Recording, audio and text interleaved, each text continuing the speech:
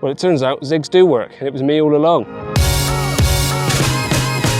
Well, just a quick disclaimer, you may see me in various different states of cleanliness, but we're filming this intro kind of retrospectively, aren't we? Yeah, but all of that aside, today we are down at Shearwater and we are putting Trakker's new Zig bits through their paces.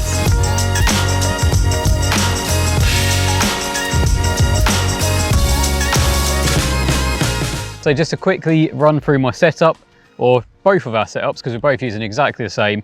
We're using these new adjustable Zig setups from Trakker. Now, there's a couple of parts to it. There's a couple of things that make these stand out a little bit from the crowd as well. So the first thing you'll see is I've got a boom, which the lead attaches to. This is completely free running, and this is going to be your pivot point when it comes to actually setting your adjustable Zig and setting the depth of it or the height of it off the bottom, because that will hold the bottom and then your float will obviously come up from that.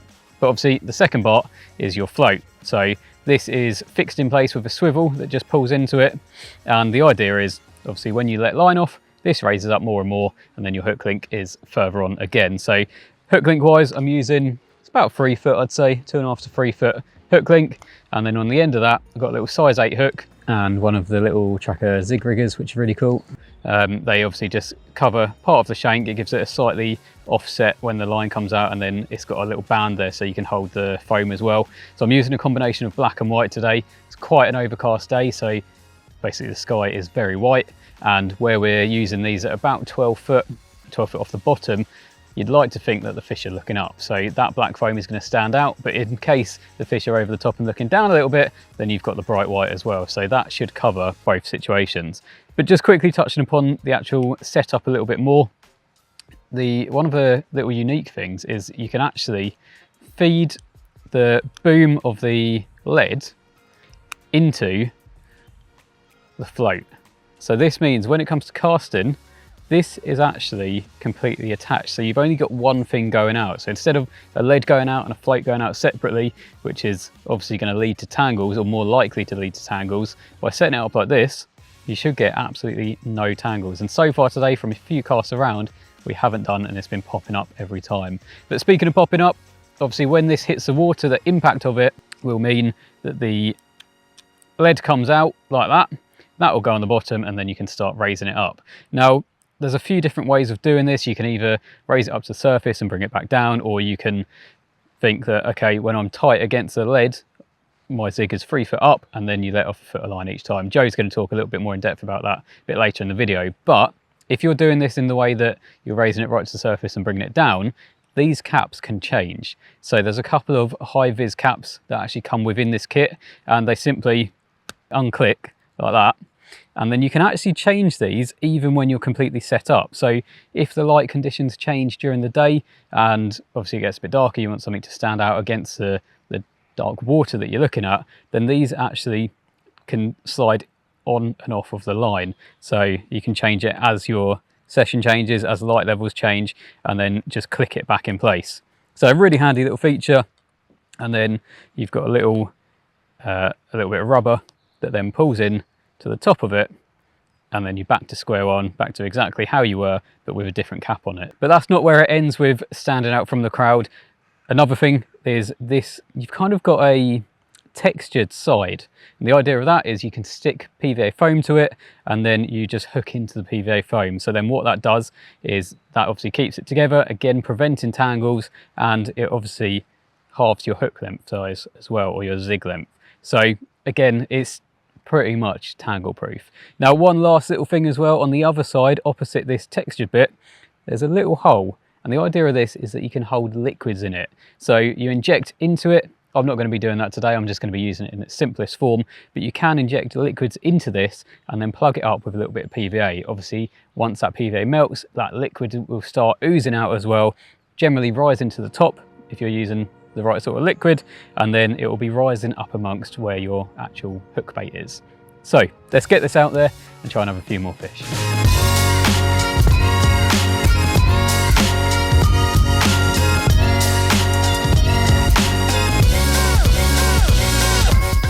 Now, one of the biggest benefits of adjustable zigs is simply that they are adjustable. So it's a lot easier when you're playing a fish because you don't have maybe a 12, 13, 14 foot zig that you're trying to land a fish with.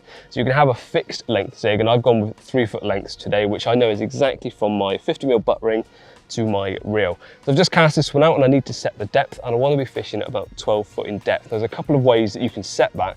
If you're fishing fairly close in and you can see the float, or you're using binoculars and it's flat enough calm to see the float, then you can pay line out all the way until you see the float on the surface and then bring it back until just when the float's about to disappear. Fishing with a 3 foot zig, you can then pull back 3 foot of line knowing that your foam, whatever you're using for your hook bait, is just on the surface of the water, and then anything you pull back again from there is bringing it down the surface layers, which I have done a bit today. But the other way is to cast it like I have now. This is now rock bottom on the deck, but I do know that my zig is 3 foot in depth, which is the butt eye to here, so I'm 3 foot up from the bottom. I want to fish about 12 foot of depth, or 12 foot up in this water, because that's where I've had a bite already. Fish often come out around there. So to pay out the line, I've got a foot marker on my rods. Whether you have them on your rods or you just mark one out like I have today with a bit of putty, doesn't really matter. But that's 3 foot, and I pay out a foot of line at a time. That's now 4 foot, 5 foot, 6 foot, 7. And you'll see that as you're doing that, that float is going up. If it's not doing that, then it may be a tangle, but if it's still going up like that, it's absolutely fine. So if you see it's gone tight again, 8 foot, line still coming through, 9, 10, still taking it up, 11, and 12. And I think I'm in about 14, 15 foot of water there, and 12 foot is where I've had a bite already. So that is now as quick as that, fishing at 12 foot of water without the need to cast a big long 12 foot zig. So clip the bobbin on, that's good to go. Maybe get a bit more sloppy spot out and continue the session.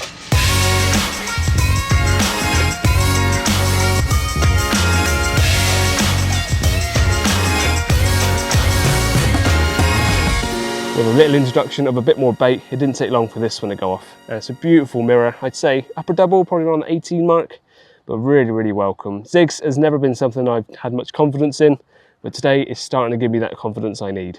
Let's get this one back, Zigs back out, and hopefully myself and Luke can have a really fun afternoon.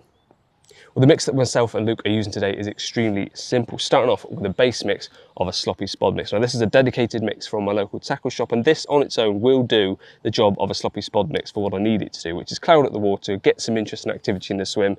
When those fish are coming in, whether it's for feeding purposes or just being inquisitive, our zigs are sitting in amongst that, and they'll take them out of curiosity or hunger. So that's what this needs to do. But I have added a few things to it today just to add some more interest. First of which, blended up sweet corn. Now, this has everything that the tin had within it. So the water, the sweetened water, all the sweet corns are blended up. You've got bits that will float, bits that will sink, bits that will just murk up the water, add a bit of colour, bit of sweetness, and something a little bit different to the mix. Then I'm adding some condensed milk, which I've actually watered down a little bit with extra milk just so I can get it out of this tub. And of course, when you're using condensed milk, you've got to have a spoonful or two yourself, otherwise it doesn't count. And lastly, this isn't really needed in terms of the actual sloppy spod mix, but a little bit of salmon oil. Now, this is dedicated stuff for pike anglers or predator anglers, for dead baits and things.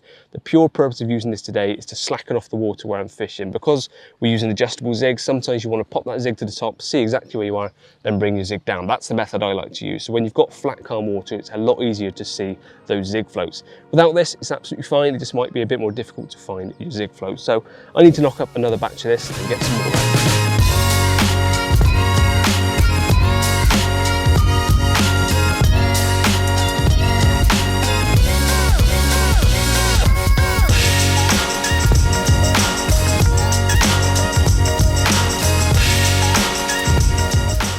Look at the state of you. Thank you. Oh, you on about the clothes? No, you. Thanks. Well, that's because I was doing all the spodding and you didn't. I don't think you cast a single spod today. No, but I did watch you and I did cheer you on. Oh, anyway, we've had a good day here down at Shearwater. We've got a few fish between us on the Trakker zigs. And yeah, if you fancy giving zigs a try, go with the adjustables. They're so much easier. The Trakker kit works. You've got everything you need in the kit. So yeah, it's been a good day, hasn't it? Definitely. I think trying to fish in 16 foot of water with 12 foot zigs, if they were fixed, yeah, it would just be a nightmare. I know it's doable, but when you can use an adjustable, by the time you're playing it, you're basically only playing with a 3 foot hook link. It's a no-brainer for me. And we can adjust the depths all day. So if we're going to use zigs again, 100% sticking with adjustables. Yeah. If you want to find out any more information, obviously head over to the Trakker website. You'll find out everything about the kits, exactly what's in it and all sorts. So make sure you head there. But thanks for watching. I don't know what I told you. Thanks for watching, Joe. You're anyway, welcome. we'll see you in the next one. Ta-da.